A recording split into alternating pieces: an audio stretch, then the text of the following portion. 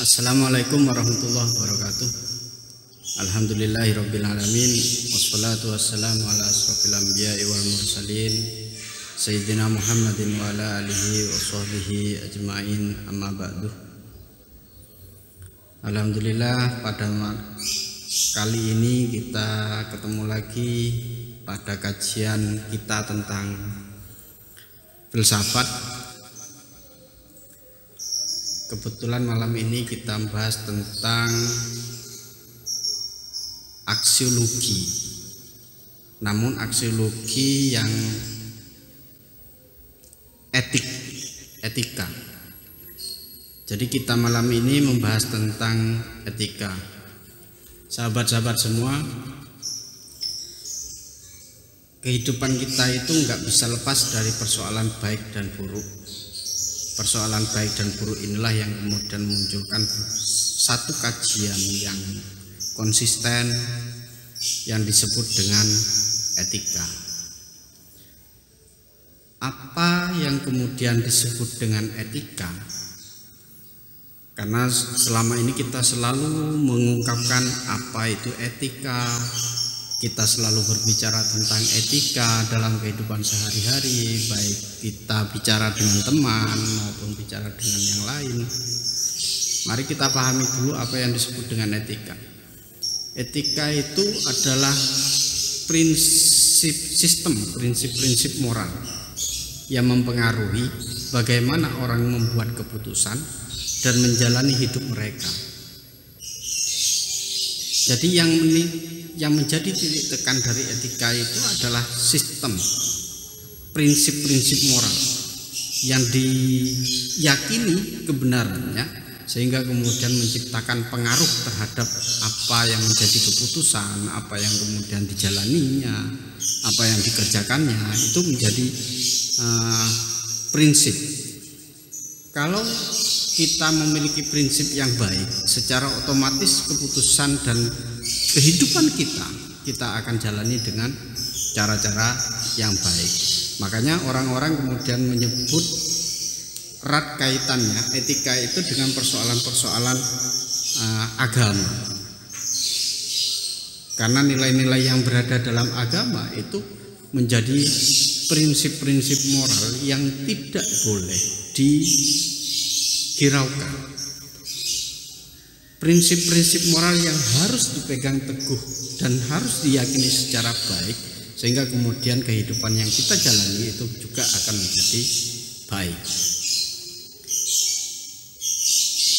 Di sisi yang lain, banyak pakar-pakar kemudian menyebut etika berkaitan dengan apa yang baik bagi individu dan masyarakat, dan juga digambarkan sebagai filsafat moral. Nah, filsafat moral ini memunculkan satu tren kajian yang disebut dengan etika. Nah, etika ini kalau dalam kancah filsafat kemudian membahas tentang persoalan-persoalan yang baik dan yang tidak baik yang ada dalam diri mereka dan juga yang ada di dalam diri masyarakat. Tentunya kemudian untuk memberikan penilaian baik dan tidak baik itu juga harus memiliki landasan yang disebut dengan prinsip-prinsip moral yang diyakininya itu. Nah, sahabat, kalau kita membaca berbagai literatur, etika asal katanya adalah ethos dari bahasa Yunani yang berarti kebiasaan, karakter. Kebiasaan-kebiasaan yang dilakukan oleh manusia itu akan menjadi karakter. Kebiasaan baik yang dilakukan oleh kita itu akan menjadi kepribadian yang baik dan terus akan berlanjut seperti itu. Oleh karena itu kemudian poin di dalam istilah ethos dalam bahasa Yunani itu adalah menciptakan kebiasaan-kebiasaan yang sesuai dengan prinsip-prinsip moral itu, sehingga kemudian menjadi karakter yang baik lah. Oke sahabat, setidaknya kita bicara etika itu mencangkup beberapa hal. Etika itu juga berbicara tentang bagaimana menjalani kehidupan yang baik. Karena sekarang itu era yang gamang. Bagaimana kemudian kita menjadi baik, kadang menjadi tidak baik. Sesuatu yang dianggap baik oleh kita itu kemungkinan juga dianggap tidak baik oleh yang lain. Kita bicara pada baik dan tidak. Yang kedua, etika itu berbicara kepada hak dan tanggung jawab kita, di mana hak melekat pada diri kita dan juga tanggung jawab sebagai manusia. Yang ketiga adalah berbicara tentang benar dan salah. Benar dan salah ini juga memiliki standar, dan standar-standar di kalangan agamawan itu kemudian kitab suci, dan di dalam dunia Islam itu standar benar dan salah berada dalam prinsip moral yang berada dalam Al-Quran dan hadis. Selanjutnya, etika juga berbicara tentang keputusan moral. Setelah kita mengerti benar salah, baik dan tidak, hak dan tanggung jawab, maka actionnya bagaimana? Keputusannya seperti apa? Apakah keputusan yang dilakukan itu baik atau tidak baik? Lah, hal-hal yang seperti inilah yang kemudian dibahas di dalam persoalan-persoalan etika. Pertanyaan yang kemudian muncul, sahabat, mengapa kajian etika itu lahir?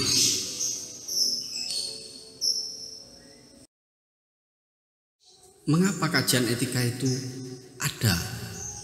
Sedangkan dalam kitab suci itu sudah memiliki prinsip-prinsip moral, memiliki aturan-aturan yang jelas. Kajian etika itu sangat penting untuk lahir di alam semesta ini. Di kajian-kajian manapun, etika menjadi suatu yang sangat penting. Kenapa? Karena dilema moral yang dimiliki oleh manusia. Dilema moral bagaimana? Standar yang kemudian, standar acuan baik dan tidak, benar dan salah, bermoral dan tidak bermoral, ini antara satu dengan yang lain itu berbeda-beda. Antara bangsa yang satu dengan bangsa yang lain itu berbeda-beda. Tapi yang bisa dipastikan adalah prinsip moral yang menciptakan kemaslahatan umat, menciptakan kebaikan-kebaikan bagi diri pribadi dan masyarakat, itu akan menjadi prinsip yang universal. Apalagi di zaman hari ini, di zaman milenial ini, dilema moral sangatlah besar di kalangan virtual, terus sosmed. Ini sangat dilematis, karena sebagian orang mengatakan itu baik, tapi di sisi yang lain tidak baik. Nah, dilema-dilema moral yang seperti inilah yang kemudian membutuhkan kajian-kajian etika, sehingga menemukan standar moral yang baik itu seperti apa, dan standar yang moral yang tidak baik itu bagaimana. Nah, itu kemudian membutuhkan kajian etika. Yang kedua adalah fundamental ambigu of human existence.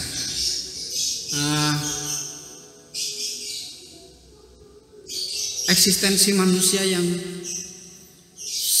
ambigu. Artinya apa? Setelah kita memiliki dilema moral baik dan tidak, baik enggak yang saya lakukan atau tidak baik yang saya lakukan, maka kemudian untuk menunjukkan siapa dirinya, untuk melakukan apapun itu memiliki kebingungan, mengalami ambiguitas. Sehingga kemudian ini harus dipecahkan, karena manusia itu membutuhkan eksistensi dan harus bereksistensi dalam kehidupan apapun. Tapi yang perlu diingat, eksistensi manusia itu juga harus seiring dengan persoalan baik dan tidak baik yang menjadi prinsip moral di dalam kemanusiaan maupun di dalam agama. Nah, kalau di sosmed kita bisa membaca banyak komentar, banyak tulisan yang enggan untuk beriringan dengan prinsip-prinsip moral. Banyak bahasa-bahasa yang tidak sepatutnya itu muncul di sosmed. Lah, persoalan yang menjadi pertanyaan adalah apakah itu sesuai dengan prinsip-prinsip moral dalam agama? Ini yang memecahkan adalah kajian etika. Nah, kajian etika ini menjadi sesuatu yang sangat penting untuk menilai apakah manusia itu baik dari aspek perilaku dalam eksistensinya atau tidak. Ini etika berada dalam ranah ini. Yang ketiga alasannya, kita yakin betul bahwa setiap manusia yang hidup di alam semesta ini pasti memiliki kebutuhan akan ketertiban sosial, pasti memiliki keinginan bagaimana masyarakat itu tertib, masyarakat itu baik semua, masyarakat itu tidak ada yang konflik. Kebutuhan akan ketertiban sosial inilah yang kemudian melahirkan kajian etika. Bagaimana kemudian memiliki standar yang jelas dalam menentukan baik dan tidak baik. Kalau semua masyarakat itu memahami terhadap kajian-kajian etika, memahami standar dan prinsip moral yang diajarkan dalam agama dan kemanusiaan, maka pasti yang akan muncul adalah ketertiban sosial. Karena sejatinya kita yakin betul bahwa manusia itu tidak senang pada ruang konflik, tidak senang kepada permusuhan, nggak akan mungkin senang. Perpecahan nggak akan mungkin senang, karena kebutuhan yang paling mendasar dalam diri manusia itu adalah ketertiban sosial. Yang selanjutnya adalah kebutuhan akan pemenuhan fitrah kemanusiaan. Kebutuhan akan pemenuhan fitrah manusia ini nggak bisa lepas dari manusia butuh makan. Kalau manusia butuh makan, manusia pasti butuh beras. Butuh beras, pasti ada petani yang menanam. Kebutuhan manusia kepada orang lain itu menjadi dasar. Salah satu dasar munculnya kajian etika.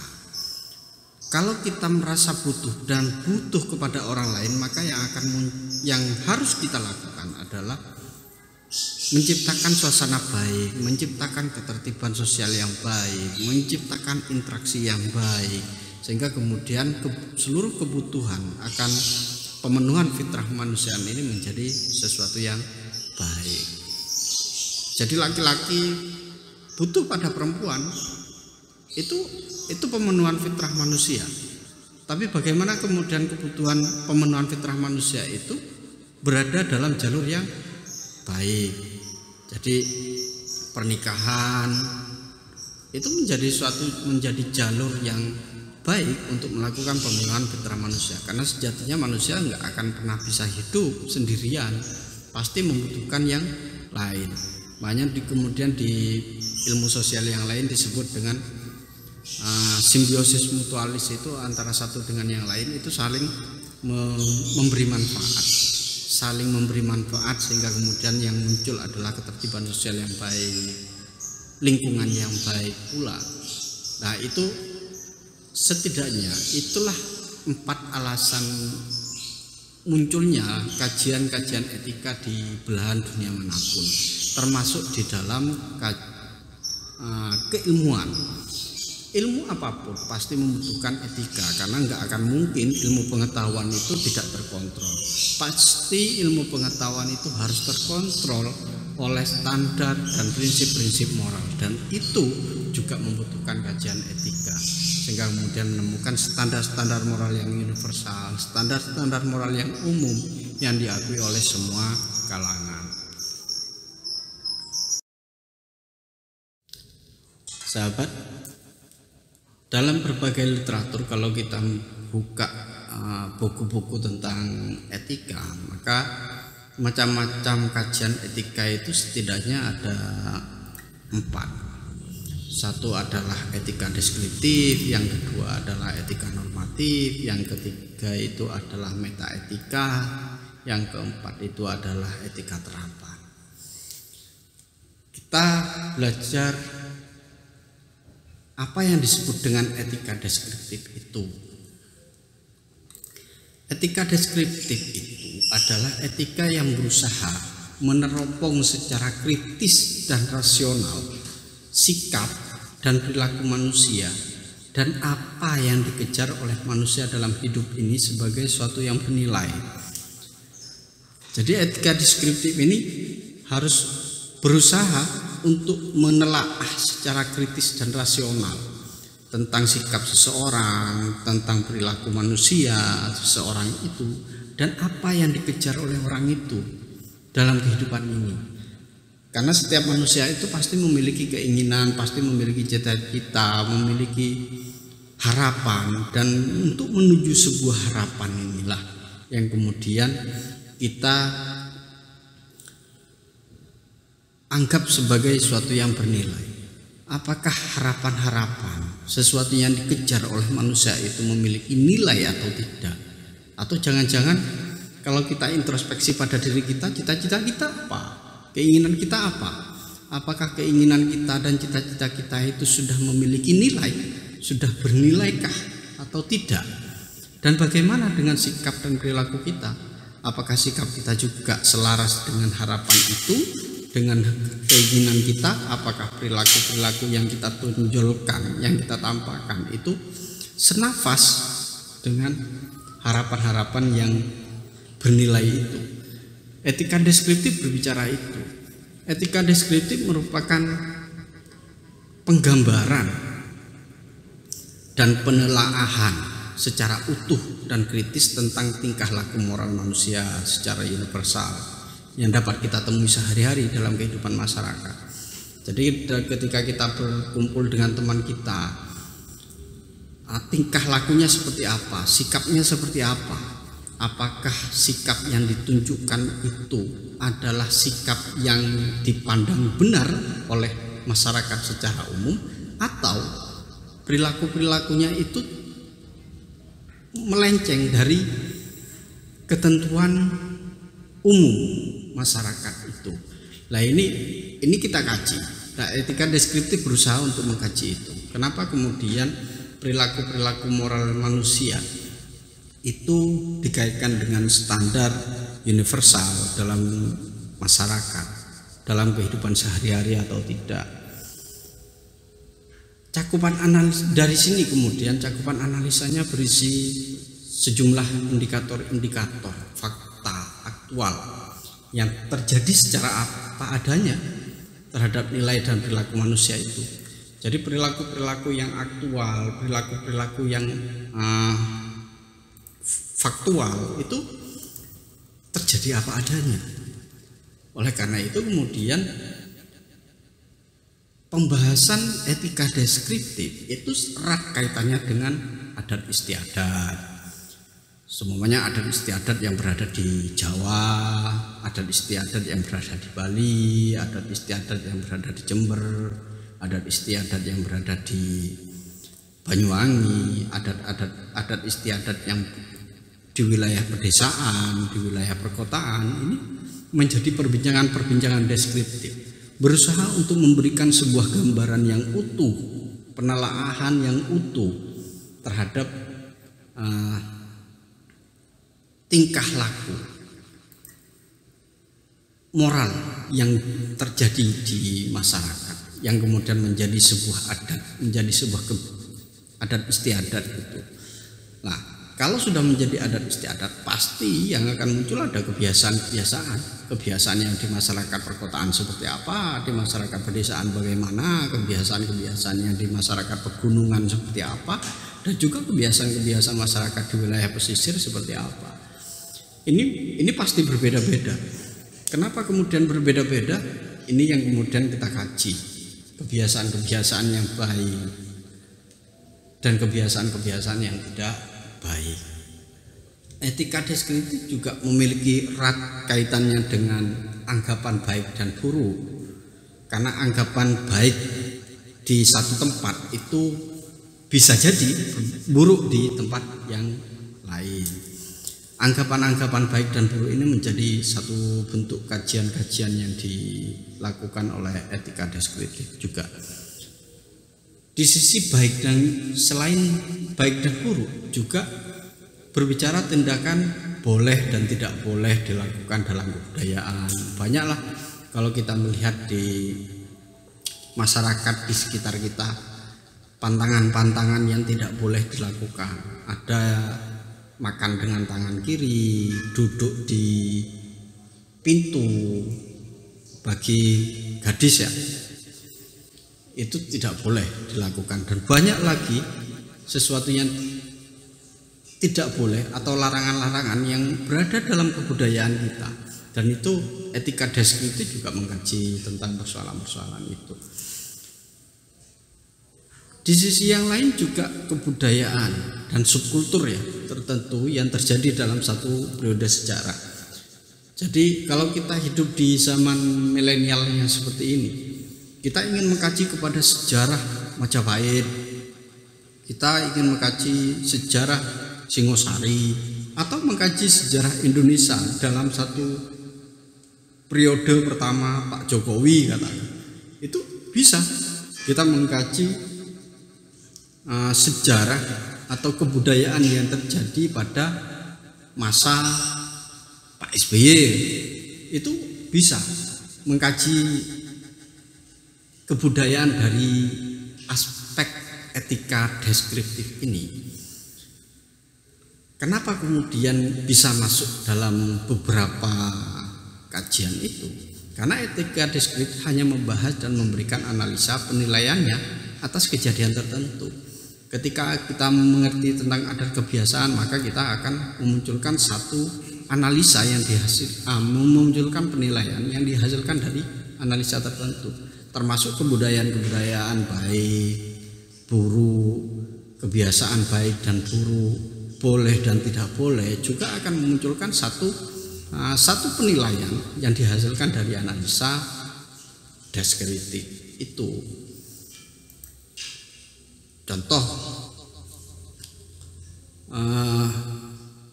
bagaimana pandangan moral masyarakat Indonesia? Karena masyarakat Indonesia itu dikenal sebagai masyarakat yang religius, masyarakat yang agamis. Apakah pandangan moralnya itu bagus?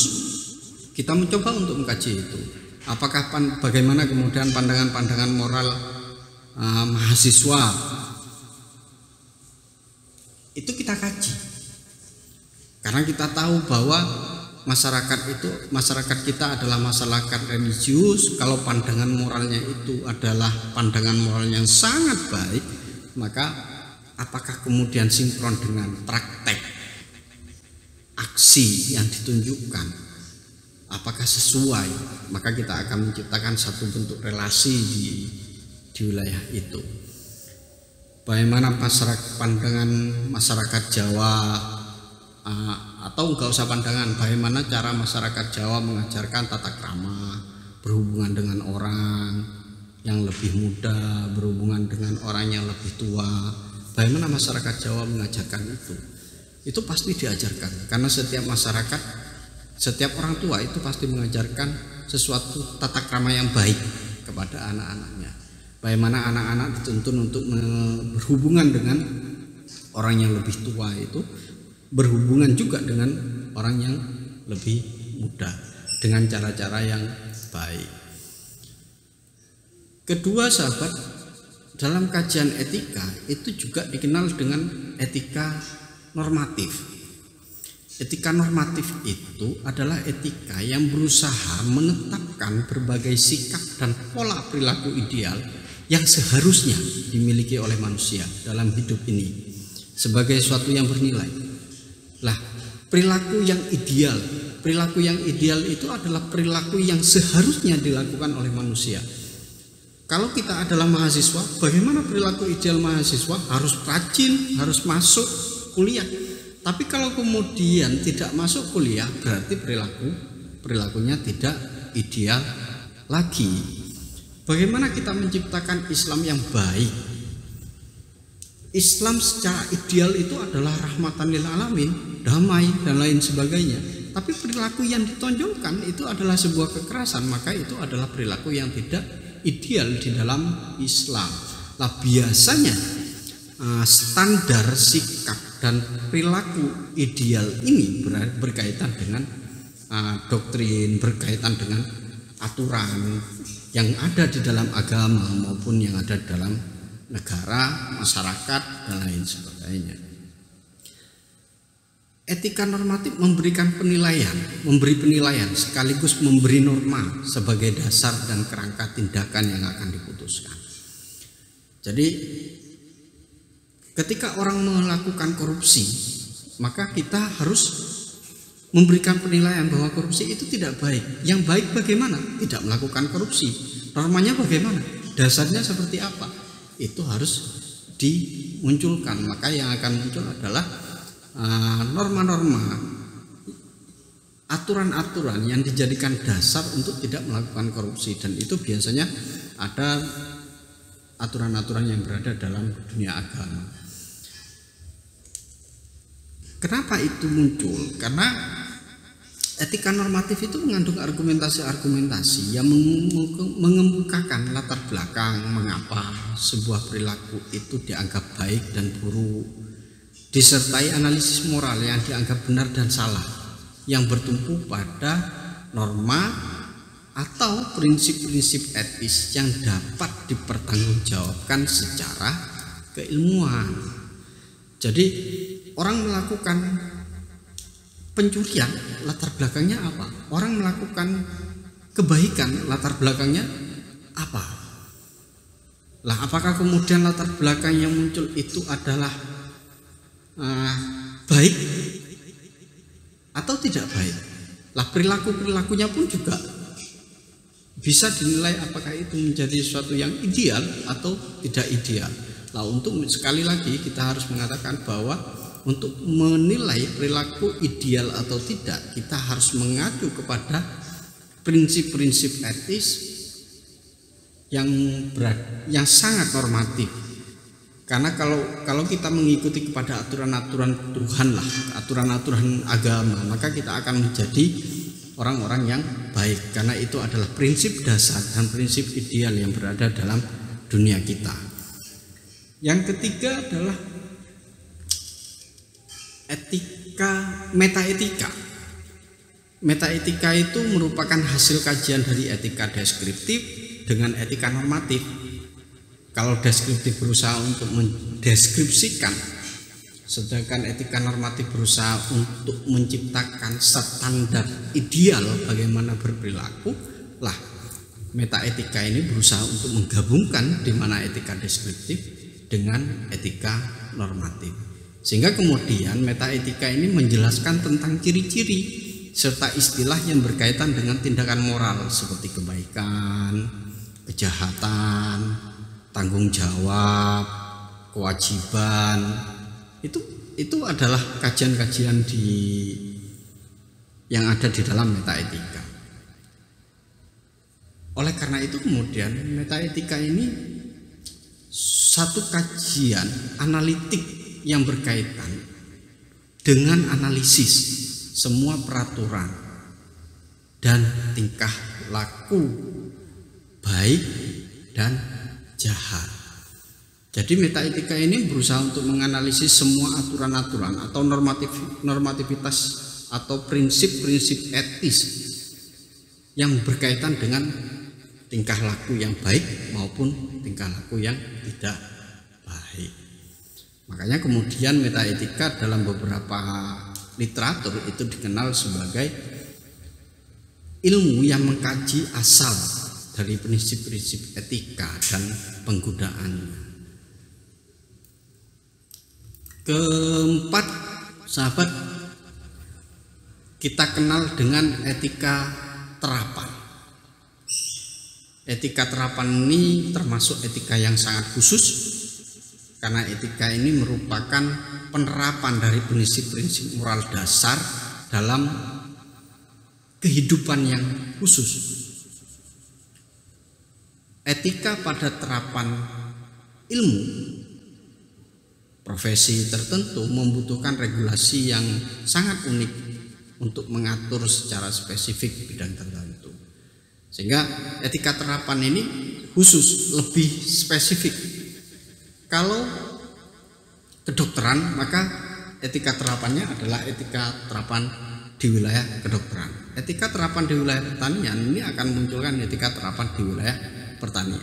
Etika terapan di wilayah guru, dosen, mahasiswa itu juga akan munculkan etika terapan yang berada di mahasiswa dan profesi-profesi yang lain.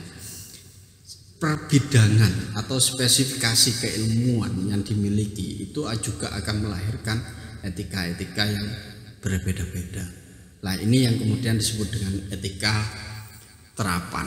Bisa kita kaji dalam banyak hal. Etika terapan orang A atau Papua itu pedalaman atau pesisir atau perkotaan atau pedesaan itu juga memiliki efek pada etika terapan. Selain kepada profesi, karena profesi sudah pasti ada etika kebinekaan, ada etika lalu lintas, ada etika pertanian, banyak terapan-terapan di wilayah etika itu. Dan etika bisa masuk dalam berbagai hal, dalam berbagai bidang, dan itu yang kemudian diambil dan diterapkan dalam kehidupan sehari-harinya. Oke sahabat, itu saja yang kita uraikan pada pertemuan kali ini. Selebihnya kita kaji secara mendalam dengan berbagai literatur-literatur yang ada. Sebelum kita tutup, mari kita membaca sholawat hasbi bersama-sama. Hasbi Rabbi Jallallah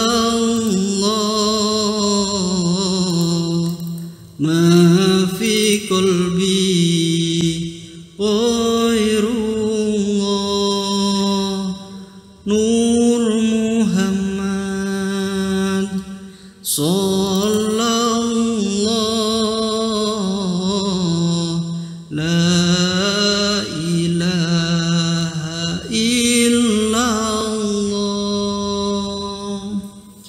Hasbi Rabbi Jallallah ma fi qalbi ghairullah Nur Muhammad sallallahu